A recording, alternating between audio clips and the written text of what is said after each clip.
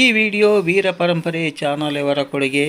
ನೀವೇನಾದರೂ ಮೊದಲ ಸಲ ಈ ವಿಡಿಯೋಗಳನ್ನು ನೋಡ್ತಾ ಇದ್ದರೆ ಈಗಲೇ ಈ ಚಾನಲನ್ನು ಸಬ್ಸ್ಕ್ರೈಬ್ ಮಾಡಿಕೊಳ್ಳಿ.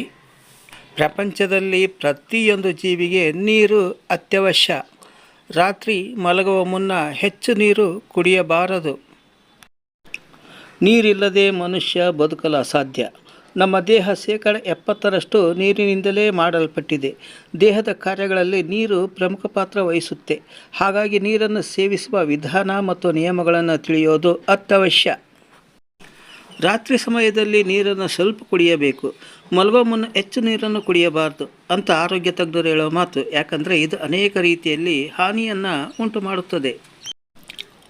ಹಾಗಾದರೆ ಮಲಗೋ ಮುನ್ನ ಹೆಚ್ಚು ನೀರು ಕುಡಿದರೆ ಆಗೋ ಅನಾನುಕೂಲಗಳೇನು ಸ್ವಲ್ಪ ತಿಳಿಯೋಣ ಬನ್ನಿ. ಇದಕ್ಕೂ ಮುಂಚೆ ನೀವೇನಾದರೂ ಇದೇ ಮೊದಲ ಸಲ ನಮ್ಮ ವಿಡಿಯೋ ನೋಡ್ತಾ ಇದ್ದರೆ ಈಗಲೇ ನಮ್ಮ ಚಾನಲನ್ನು ಸಬ್ಸ್ಕ್ರೈಬ್ ಮಾಡಿಕೊಳ್ಳಿ.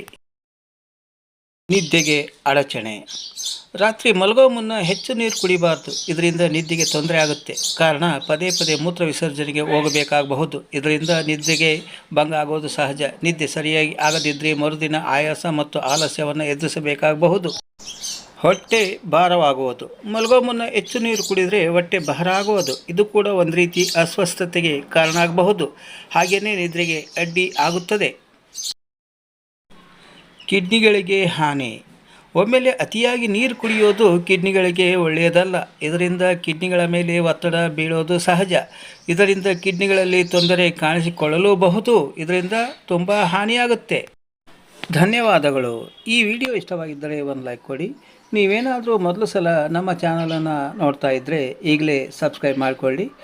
ಮತ್ತೊಮ್ಮೆ ಭೇಟಿಯಾಗೋಣ ಹೊಸ ವಿಡಿಯೋದೊಂದಿಗೆ.